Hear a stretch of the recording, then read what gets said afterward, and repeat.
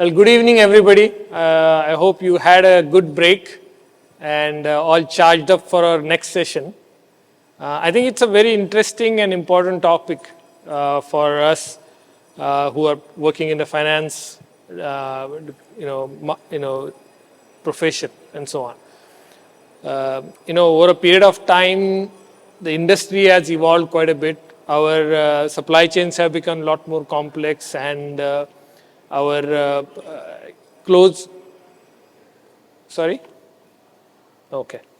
And our integration with the broader ecosystem, the complexity of how we deliver our services, deliver our products has become very, very complicated now. It has become great in terms of the technology interventions that have come in as well, right? We talk about,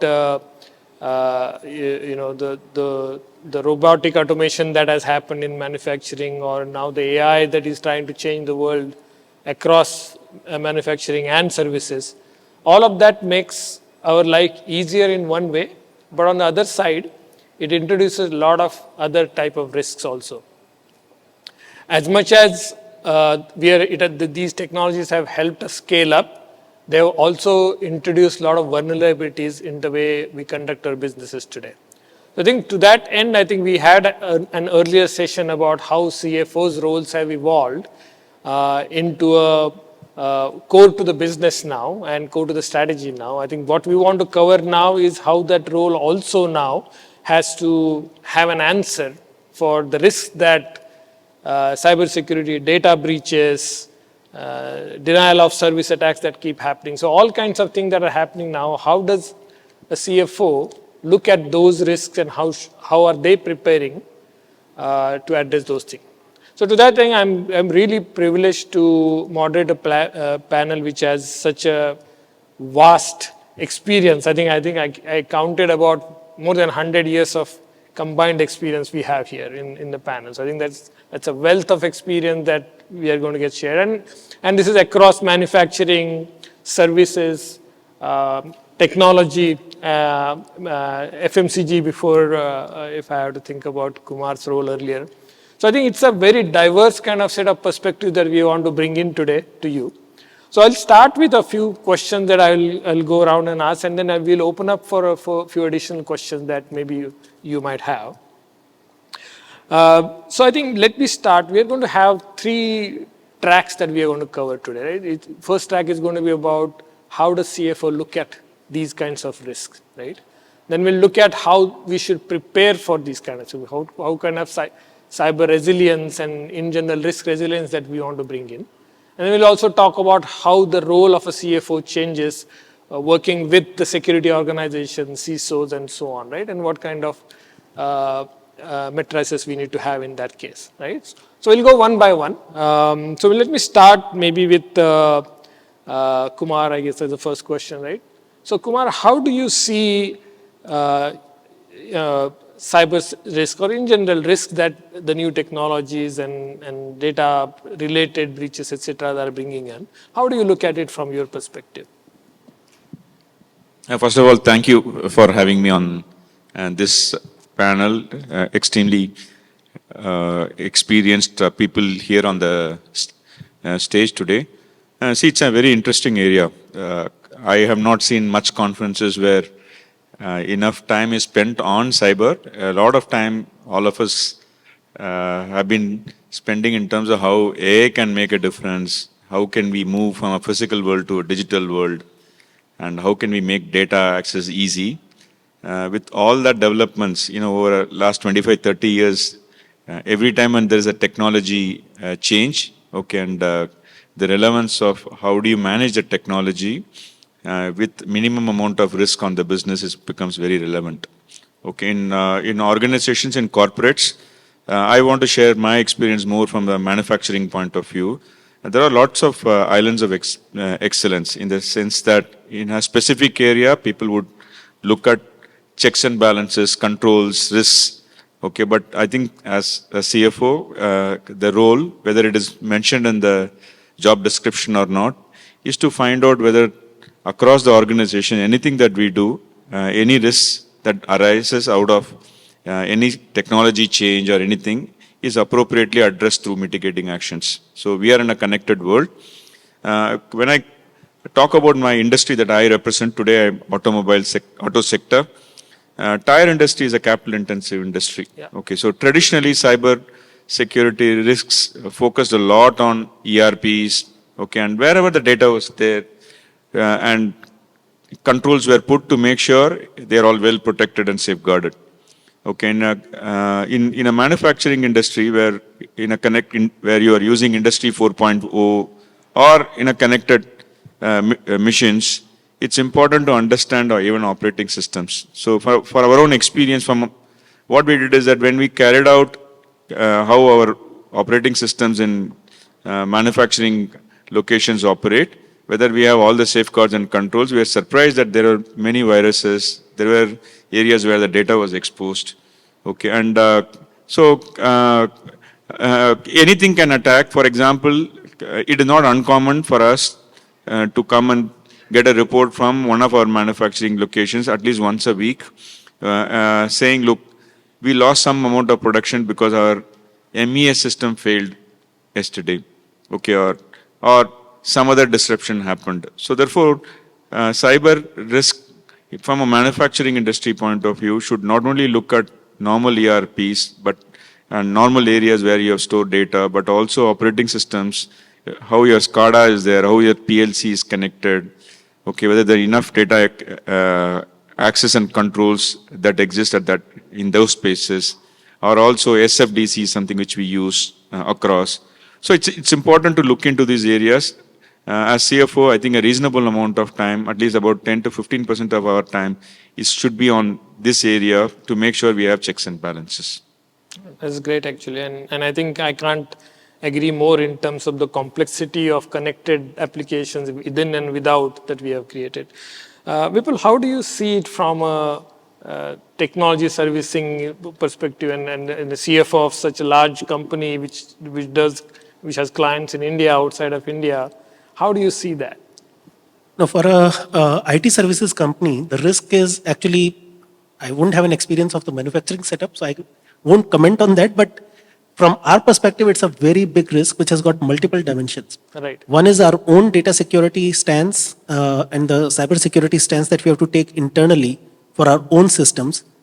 Second is whatever we are doing for our customers. In a lot of cases, we are handling customer data as well, and our systems are connecting to the customer systems as well. So those interfaces, those data protection, that becomes very important. And any breaches can result in a lot of liabilities. Okay, so one is your own data breach, your own cyber system failure can render your own operations vulnerable. If our operations go down, so do our customer support systems go down. So that leads to contractual liabilities as well. So for us, it is not just a matter of protecting our own data, but it's a matter of making sure that our services are being made available to our customers continuously. In addition, because this has got direct financial implications, today a CFO of a IT services company just cannot ignore it or be unaware of it. Thirdly, I think this also, I would say, presents an opportunity. And that's something which we had also recognized. So we not only look at cybersecurity as a risk, but we also look at it as an opportunity, because we also can offer our expertise in managing cybersecurity of a large company to our customers. We can look at setting up cybersecurity stances and postures for them. We can look at their systems, audit it, and make improvements in those systems and monitor them for cyber readiness or cyber security readiness. So in all, I think it's both a risk and a business opportunity, and hence, as the CFO of this kind of a company, it is an extremely important area. And as Kumar rightly said, that some portion of the time of the CFO has to definitely be spent on this, and you can't be unaware of it. Yeah. I know that's perfect. And I think the great point that you brought in addition is, how it's not just about your own security of your own data, but a lot of times in the connected with like one of your company which kind of provides services to your clients, it's very important to protect their data as well as you're handling that. Look, at the end of the day, cyber risk is very, very real, right? There is some study that was done that says on an average, every cyber attack costs a company about 22 crore rupees, right? So it's not like it's a hypothetical technology issue. It actually is a very real issue that hits us all to our top lines, our bottom lines, and so on. But the second thing is, cyber attack, everybody acknowledges as an issue. In fact, we had done a survey earlier and a study earlier, and we found that about 62% of the companies identified data breaches and data protection as one of the top priorities for them. Right? Now, this is, I think everybody understands that. And the question really for us is then, in your organization or the organization that you are aware of, what kind of strategic investments are you making or you're planning to making in those to put those kinds of controls in place or capabilities in place to prevent such attacks? So maybe we'll start with Om, if it's okay with you. We can start there. Hello everyone. I too from manufacturing industry. I am from tiles ceramics industry, and as far as the cyber security and is concerned, for us it's a very technological products, and all our production systems are globally integrated. Yep. And something happening in one system and any data corruption or any attack in one system, it can affect our global productions. And it's a technologically a lot of we need to be mindful that it has a lot of impact in the business, anything going wrong. So it's not about a cyber security, it's actually business threat for us if anything goes wrong in the manufacturing, because that's our capability. So we have put a lot of governance around all these security systems, and a very high level of governance is put that for each stage of the process it is housed, and we make sure that any kind of the periodic check happens on the systems. And as I was mentioning in our session, that when we go through any kind of our audits and for the audit committees, it's important to see that what kind, first before going through the financials and review, first they want to see that what kind of any data breach or any cyber things have happened. So unless they have comfort on this, we don't proceed for the financial reporting. So it's very important, particularly for us, that we have the right investments, right controls on the system. It's for survival issue for the system. Correct. Okay. Murthy, if I may ask you to provide your perspective on the same topic. You operate in a very different industry, a very, how do I say, in nationally strategic industry, telecom. And with the scale that you operate, etc., right? How do you see in terms of how do you think of making investments, building capabilities in that space? Okay. Hi, everybody. Before I come to what he has asked, I think all of us sitting on the dais, as well as all of you there, most of you, when you started your careers past your qualification, assets meant physical assets. And today, the physical assets is a smaller part of it. The larger part is the digital assets. World over, the companies that are valued for digital assets and not for physical assets. We all know that. Now, from a CFO mindset, shifting this and saying that when you look at assets, verification of assets, which include digital assets, how do you go about doing it is the first question that comes in, and then thereafter you start drilling down to see what's happening. Now, as a telco, the infrastructure that the telco has, obviously the government has put a heightened risk on it, because the kind of attacks that we get on our systems, and I'm not talking about financial systems, I'm talking about the systems as a whole, because we are talking about the network, which is covered across the country. The attacks are humongous, and I'll come to the investment part of it a little later. But then what the government has recently done, given the fact that it sees this threat, a reality, and therefore it requires an interaction with the government, they have now set up a railroad where they exchange information between certain institutions like the banks, the financial institutions and the telcos to put in some data out there to see as to what the others have got. Resultantly, what is now happening with this is that our cyber security team understands that there is a different kind of an attack that's happened in say an institution, say a bank or any other large organization which has this financial data, and then they act to see as to what to do next, in order to ensure that if such an attack happens on the networks that we have here, how they can be proactively handled. Now, you asked about investment out in there, and for telco the investment is sizable. On an annual basis, just a ballpark figure I can give you, I'm not giving you specific numbers, that put together for both OPEX and CAPEX, any telco today, the bare minimum that it'll incur per annum is anywhere between 15 to 20 million USD. There's a bare minimum amount that it'll incur in order to handle this issue. And in terms of the people who are addressing the cybersecurity, I think you were mentioning earlier also, not to specific number, the kind of capabilities that you have within your organization. So obviously it's a large team. So at the end of the day, it's given that the size is larger and the risk is much more, and you know that you're vulnerable because you're in there where people want to hack and people want to get into your systems and then ensure that they're frozen.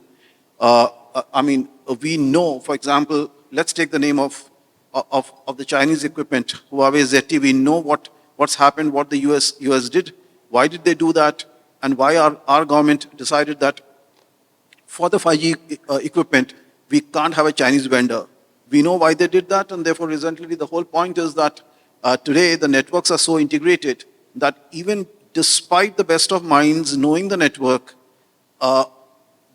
the maker is in a position to penetrate your network completely without you knowing it, and that's quite scary. And that's the reason why the government said that, when it comes to the core, of the telecommunication network, particularly your radio access network, on a 5G network, given that it's data oriented and mostly data runs and not on voice, because voice gives you a CDR and therefore it's easy to understand as to where the call came and what happened. But in the case of data, it is actually intermingled through the wide web. And that's the reason why they said that, at least countries which are hostile to us, we can't have equipment coming from them. Yeah, no, I think that's a very important, right? I mean, of course, we can't expect anything less from a industry like telco, which is such a critical uptime and availability has to be such an important part of it. So it's really good to also hear that there is so much investment that goes in, so much capabilities that are available from a cyber resilience point of view also, and not just in terms of assessing the impact of it, but also understanding that. Any other thoughts you have in terms of any other resilience related thing that's how do you, in terms of in case the attack happens, how do you kind of think about the resilience of the network, or the team that you have kind of handles that as part of it? So therefore, you see, as a CFO or as a finance person, the only thing one can rely upon is having a very good CISO and a team under him, and hence most of the interaction happens with them to understand as to what is it that they're building and what is it that they do. Today, for example, whatever they build today, earlier they used to come and tell me that the life cycle of this particular software that I'm getting in order to resist any of these attacks is, let's say, a year or two. Today he comes and says that look, I can't guarantee you that it'll run beyond a certain time frame, because it's changing, ever changing, and each time there is, for example, let's take a simple case as antivirus. Now look at the number of times it gets updated. You're paying a license for a certain period, but during the same period you would have seen that every time a patch is put, there's an update that happens, and that update happens because each time there's a different virus that comes in there to update that for it. So at a larger scale, when you look at these networks in particular, the same reflection happens there, and resultantly, therefore, the team has to be very, very smart. They have to network with across. They need to interact with the vendors, understand where an attack has happened, what what was new out there, and therefore and then that's the reason why I said that as far as telcos are concerned, as far as the banks are concerned, there's a sizable interaction that happens today between certain government agencies and these institutions in order to ensure that the information is shared across of a possible attack. Now, from a resilience perspective, what do they really do? Now, you can't wait for it to happen and then start analyzing, which means that you need to figure out even before it starts. So just as earlier, for example, when a tsunami hit the coast, it's only after the waves hit the land that people knew that there was an earthquake that happened under in the sea, and therefore resulted in a tsunami which came into a massive flooding. Then thereafter, today you see you have parameters which tell you that there is a tsunami or there is an earthquake in the ocean. You measure that, and you know for a fact that if that happened 4 hours before, then what will be the ripple effect of that happening later? The same thing is being put to use now, where they, based on certain indicators, that they get, they are able to say, for example, they look at the traffic that's moving, they look at certain parameters, which they believe are the normal trend, and the moment there's an abnormal activity, on that, they know that in the next 3 or 4 hours there will be a serious attack coming in, and then they know which systems can get compromised based on that, and then they move back to see how to enhance the antivirus or the cyber attack mechanism that the organization has in order to thwart that. Okay. Thank you, Murthy. And if I may ask the same question to you, Vipul, in terms of how do you see CFO's role in building those resilience capabilities within your organization, or what you may have seen in some of the clients, how they have done it? It'll be good to hear that perspective. Sure. So I think, some of the points have already been covered, but in addition, I will say that in terms of what we can do further, this is definitely a part of our business continuity planning exercise. So what will you do in order to continue with your business if such an attack were to get through? One is prevention, two is response, in terms of what is the response, what you can take in case something still goes wrong. So you have to have some redundancies. You have to have backup systems, backup channels available through which you can route your traffic and continue with your business operations, even if in a limited manner. So this is one of the critical areas. Second, I think, is spreading the awareness in the system, because today a lot of cyber attacks depend upon actually human behavior and human failings, in terms of either phishing or phishing attacks and social engineering kind of things. So awareness creation within the organization, especially if you have a large organization, becomes very important. So a lot of times we do those training sessions. We do our own internal audit checks in terms of whatever applications, systems, networks that we are running. Our internal audit teams also keep on looking at, trying to hack into those systems as if it's an outside-in attack. Yep. And try and explore vulnerabilities. Every time you have a system which goes through an upgrade or a modification, there is a risk that while upgrading the software or while changing the software, you may have created or left some vulnerability exposed. So this regular check is extremely important to make sure that your systems remain secure all the time. So Right. I think those are some of the other things. That's very important point, right? So you brought a very, very important point of the human behavior and awareness, and as a result of that, how training or making people aware or putting that part of your culture is also very important. It's a very important point. Maybe, Kumar, I'll ask you a related question in terms of in your organization, or what you might have seen generally in the industry, in manufacturing. Are there any technology tools that you are exploring to kind of see, or in trying to look for investment in such tool that can help create some resilience from a cyber attack or data breaches and so on?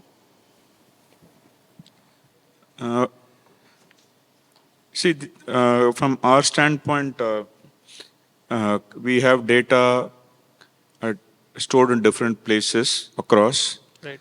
and it it guides either humans or machines to use that data to take multiple decisions. Okay, and it could be as simple as data that a machine captures, okay, and through SCADA and passes it on to PLC and takes certain calls. It could be a scanning device. Right. Many a times, even like for example, we make tires. You have multiple recipes to produce tires. Okay, and if you are producing a particular category of tires, okay, with certain specific relevance, whether in the form of platforms like group or if it wants to give a fuel economy and things like that, the right recipes to be picked up.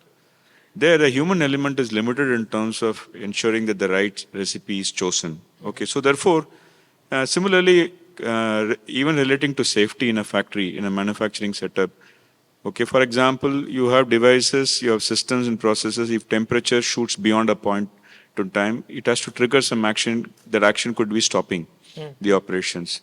So, from our standpoint, the data that we use across, it could be even unloading a material in a truck. It could be in terms of, curing a particular green tire, multiple areas of operations. And so here, what is important is that everything should function. Okay, and we always say, garbage in, garbage out. If input systems that are designed have to be tested at regular intervals. Correct. Okay, then only the checks and balances come into play. So every time when we implement something new, okay, a group of people do have an engagement with vendors in terms asking some questions. Some of them could look like stupid questions. So, for example, if that something were to stop, what would happen?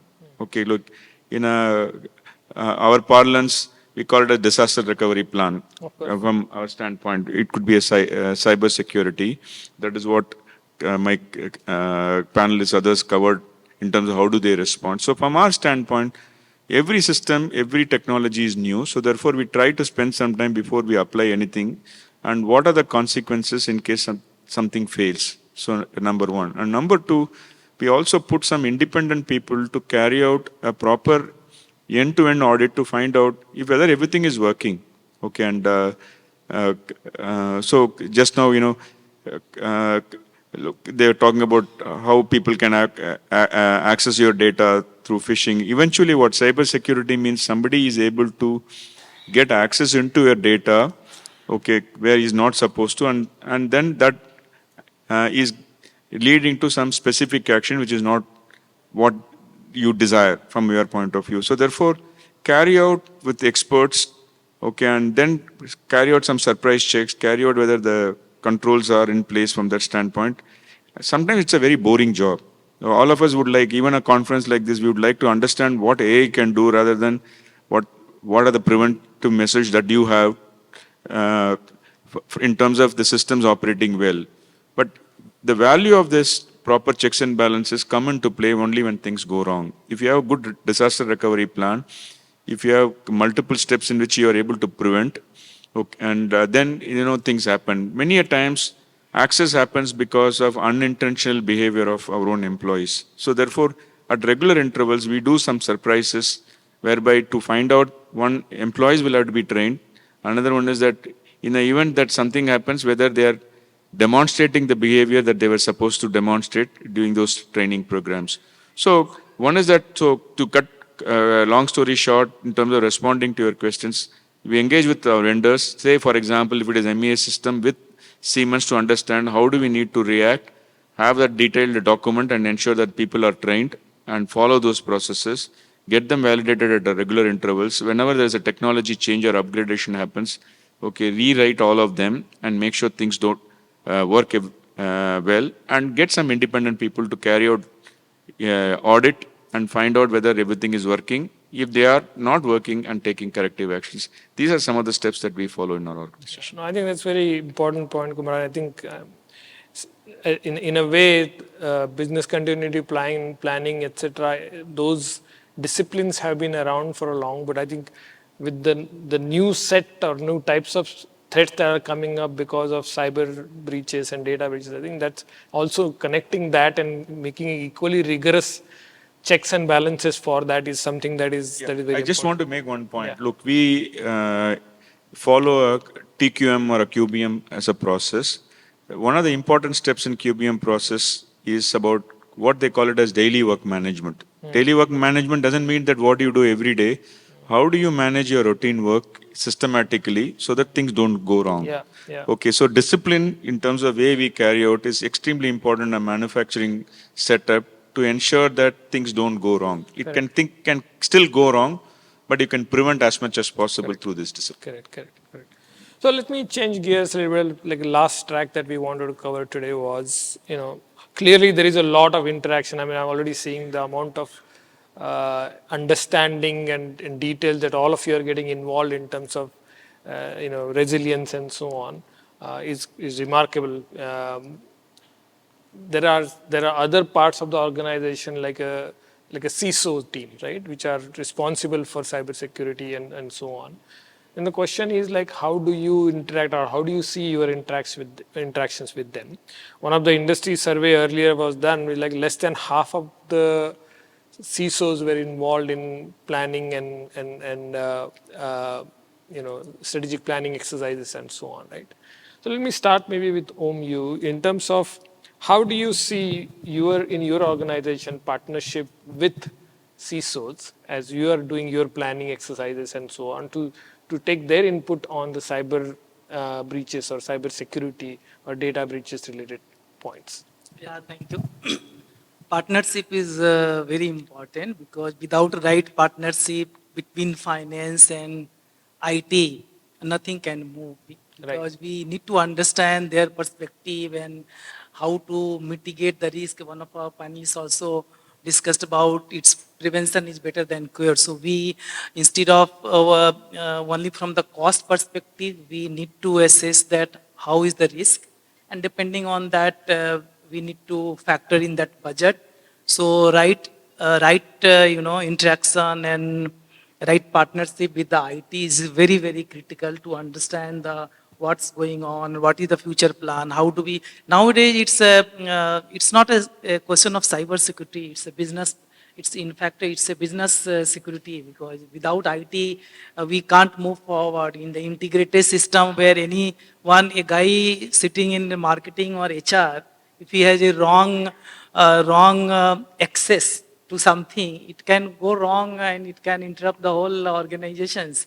So right interactions, we have a governance set by our board where we have a committee which meets frequently, takes the feedback from other departments, and then accordingly we plan the right investment. Yeah, no, I think that's very important. I think, and like you are highlighting, right, the importance of partnerships with CISO function is going to be very, very critical for doing that. Murthy, from your perspective, from a service point of view, how do you see these partnerships with your cybersecurity teams or CISO organizations playing out for finance functions? So I'll give a very telco specific answer because, end of the day, rather than look at the return on the investment, because this is a must and we have to invest, I think what we do is,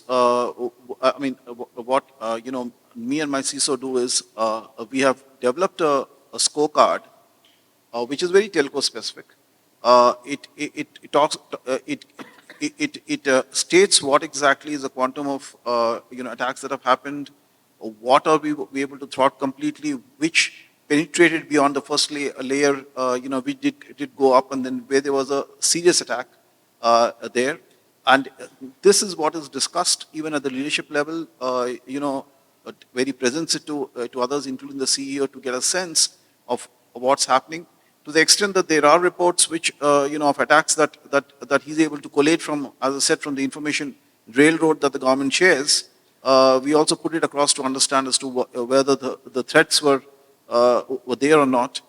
And now I understand from him, in fact, I was talking to him because given that I was coming here, I was having a chat with him.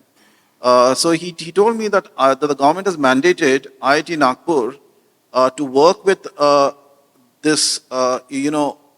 fiduciary institutions which have a lot of data to develop scorecards on a standardized basis, which the government then will be able to pick it and standardize it across. So this work in progress, he says it will take possibly a year before they get to an industry-specific scorecard.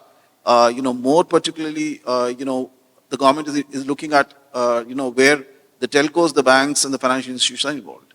Yeah, I think that's a great angle that you mentioned. I think for those of us who are part of regulated industries or affiliated industries which are regulated, I think government is putting a lot of focus on cybersecurity and obviously prevention of cybersecurity. So to that end, those sets of guidelines and regulations are something that we need to take into account.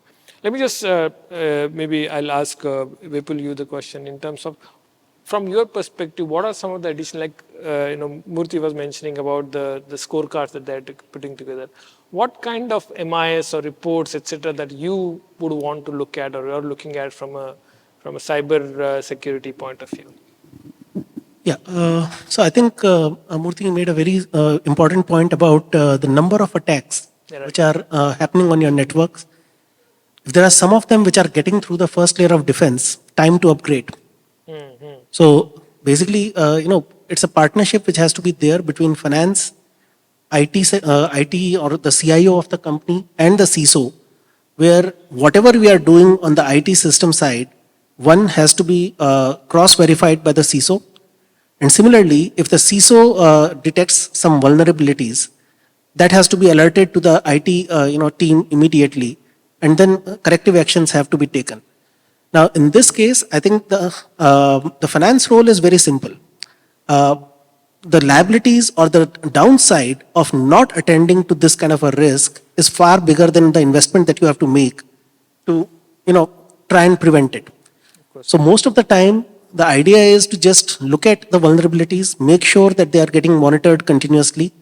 And if there is anything which is looking alarming, just go about fixing it up immediately before something goes wrong. The other thing which is very important is that for the CISO, it's extremely important today to continuously keep scanning whatever is happening in the world. Because you may be fortunate in terms of not being a target of an attack, but if some attack has happened somewhere else with some other company, some other geography, tomorrow it can happen to you. So you have to continuously keep updating yourself on what's happening in the world. What are the latest technologies which are coming, which can help, improve the cybersecurity stance of the company, and keep continuously looking to upgrade your security stance. The downside is simply too big. Yeah, no, completely agree.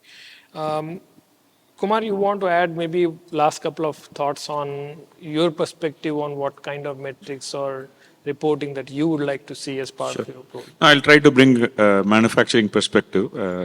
See, look, as Vipul mentioned, look, every time before an attack, there would have been some failed attacks. In a manufacturing, they call, before an accident happens, there would be many near misses. Okay, so therefore, you should not just take action based on what went wrong, but also where they couldn't act, where we had near misses. Same thing, prior to cyber attacks, there would have been multiple attempts that would have failed. Okay, so it's important to understand, how many failed attacks happened through a systematic review. And second, it's important to have some thumb rules. For example, when you are managing so much of data, it is important for you to understand some high-level thumb rules which you can apply.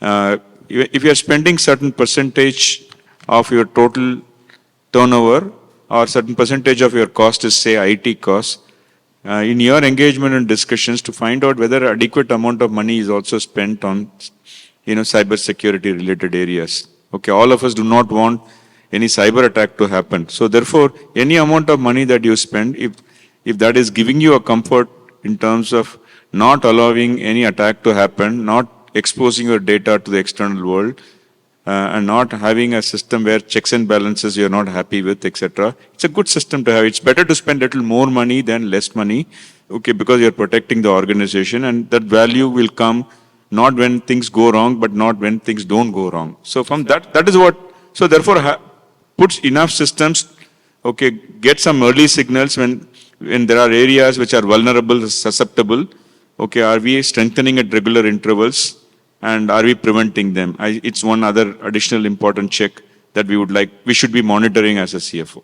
That's a great point. I think in a lot of other situations, I think no news is the good news when it's about cyber attacks. So okay, this is fantastic. I think you might have hopefully got a lot of different perspectives from different industries, different types of businesses that our panelists are parts of. So hopefully that has been very helpful for you. Maybe we'll take one question. This is already telling me that we are out of time, but maybe if anybody has a last quick question that we want to ask, we'll give this an opportunity. Okay, there is a question on this side.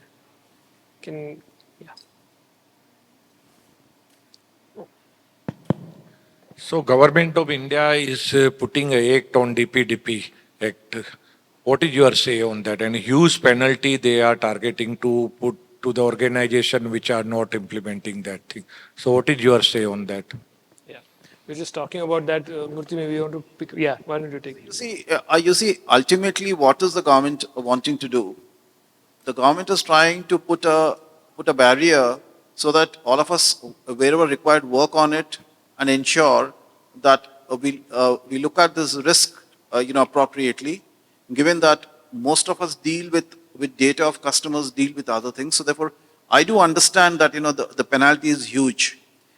For example, leave aside this act, CCI, in India too, if at all they pick up anything and they raise a demand, and the demand goes into multiple times of our revenues.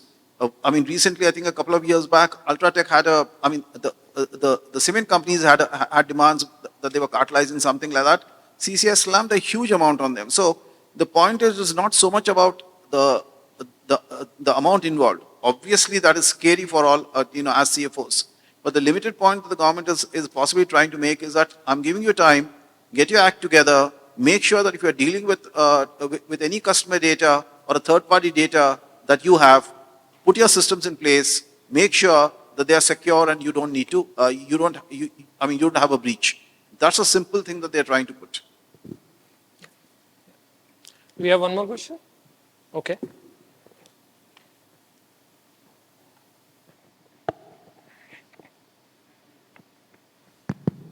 Hi, my question is a bit out of topic but somewhat related. It's to do with the geopolitical climate that we are all living in, right?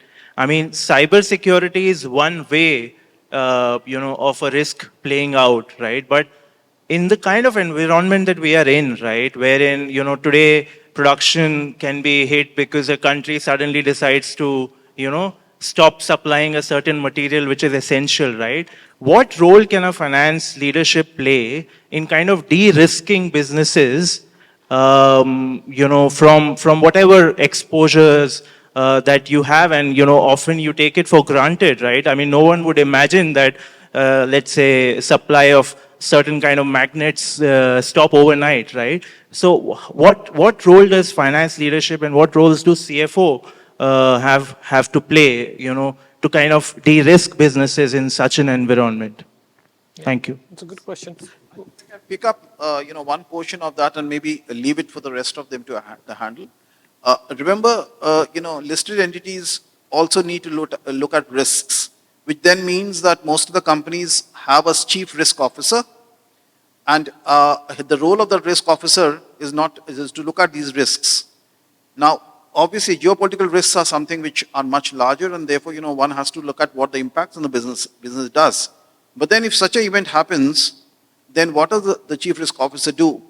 He would have already prepared a list of what is the risks that emanate and what are the possible mitigation factors. You will have the risk committee being called and told as to what needs to be done, and therefore they will give an instruction what needs to be done, and obviously then the CFO falls in place to ensure that it's followed. Now it could have negative impacts on the business. It could have some, some problematic impacts.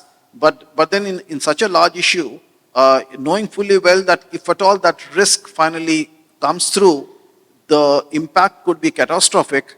Therefore, very clearly the business is taking a call that, those mitigation factors that be, if at all it ends up with some negatives to the business, so be it, we'll live with it for some time and take it forward. I mean, I'm giving a directional answer to this, but that's what ultimately it happens. So therefore, I leave it to the other panelists to answer it, if any better.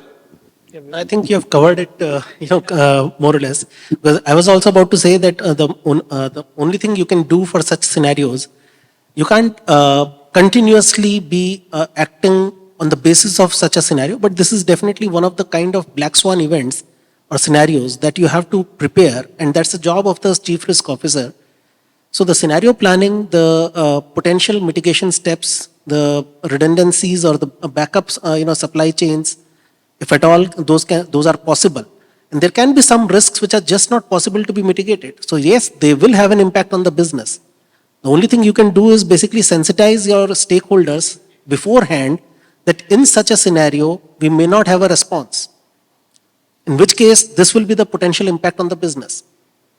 So not everything can be planned for, not everything can be completely mitigated, but to the extent possible, as long as you have visualized those scenarios, sensitized the stakeholders appropriately, created some backup plans, some plan of actions that, okay, if something like this were to happen, what are the 3-4 steps that you will take immediately as a short-term mitigation, as a medium-term mitigation. And also in terms of overall business planning itself, if you find that you have too much of a concentration risk either on the supply side or on the sales side, that again becomes a risk. So if there is an over-reliance upon one supplier or one geography, that itself is a risk which can be addressed over a medium term. But you can't address it in the short term. That's for sure.